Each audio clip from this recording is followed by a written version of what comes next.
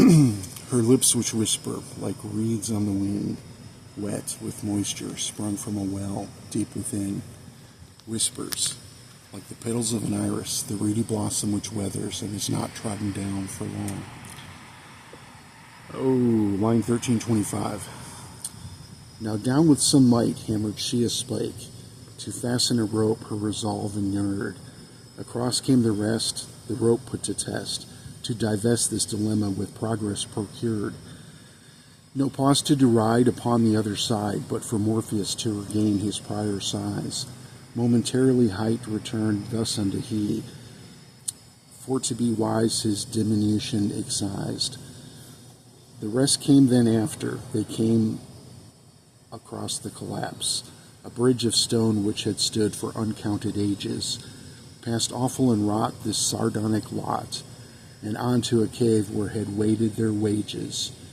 With tumult behind them the passage declined, downward and away the path before them lay, slithering and listless, its path hidden by mists, there oozing in darkness what mindless thing prayed, what ere now apparent, it coursing transparent, convulsing and pulsing, what course did it ply? What amorphous form, this terror forlorn, now dropped from up top in the wink of an eye? He quick with a frown spun derrick from town, bringing down with all his might his broadsword. This hacket ignored as it gurgled and bore the weight of the blade to its acidic core. The hilt he thus dropped as he stood there in shock, and gazed at the thing which enveloped his sword. "Step back now," cried Eve as she rolled up her sleeves, as a bright searing bolt issued forth from her palm. The effort derided as her quarry divided, her spell misspent, thus resigned she to qualm. Morpheus then frowned as his great sword brought down, its only effect but to further bisect the thing on the floor, of which fell blows ignored. From fire wondered he would its quickness protect. Ever on station and quick with translation, passed Jenna the message of the giant.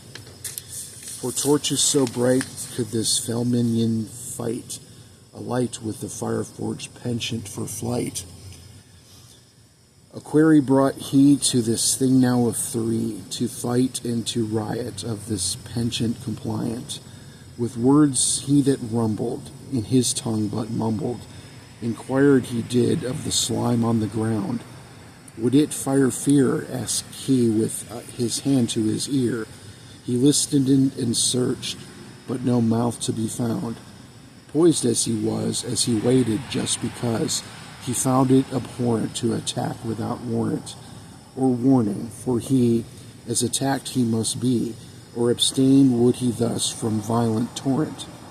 Which wasn't the case, thought he was with distaste, this time as the slime then mustered its middle.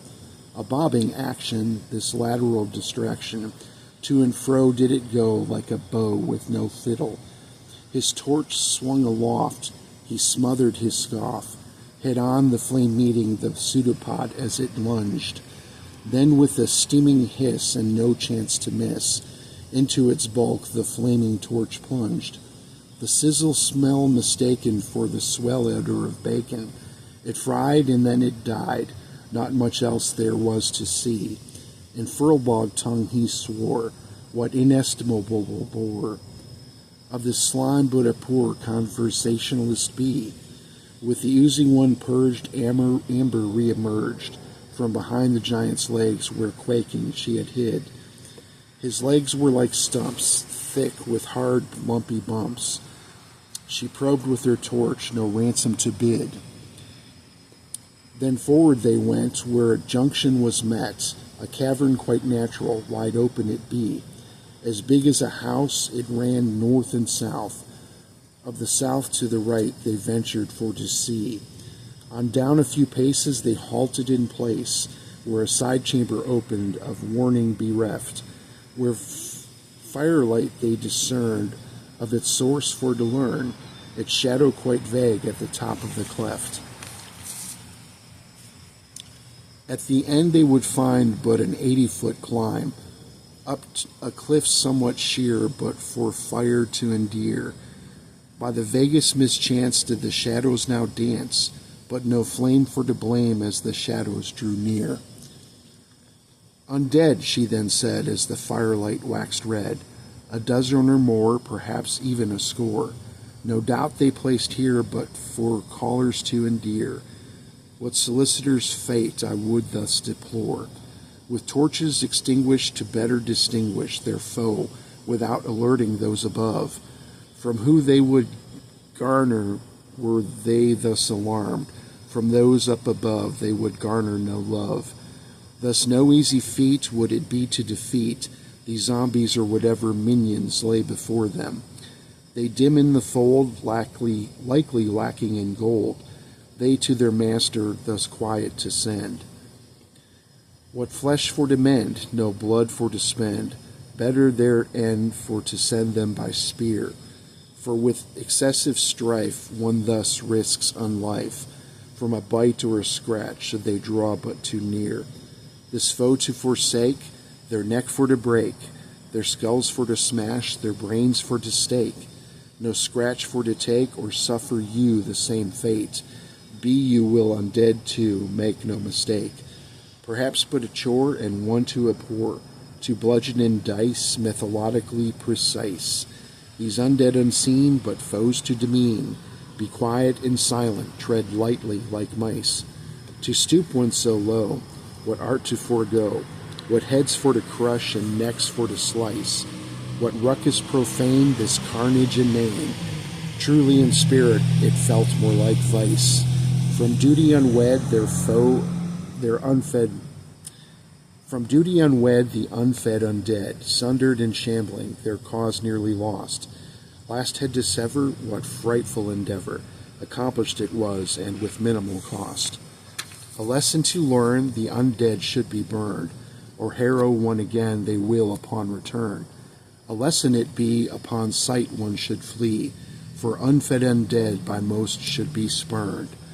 Their quest not unkind the zombies would find in the shadow of the firelight up above. Though they be but creatures of neutral demeanor, their plight thus most often would garner no love. Though in tune with sobriety, their place in society was lost to them always when push comes to shove. Though unusually good workers and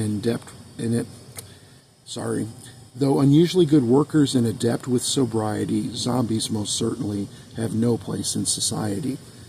With minimal cost in the fell shadow lost, they confronted the ascent now before them. For likely no love for them waited up above, the silence implored but for to embolden. For lost not in time, thus the 80-foot climb proceeded in silence on through the darkness. No whispering witness, nigh madness to gift, to accost not the silence indeed, nor the lifeless. And I will stop right there. I hope everybody has a nice day, and thank you for listening.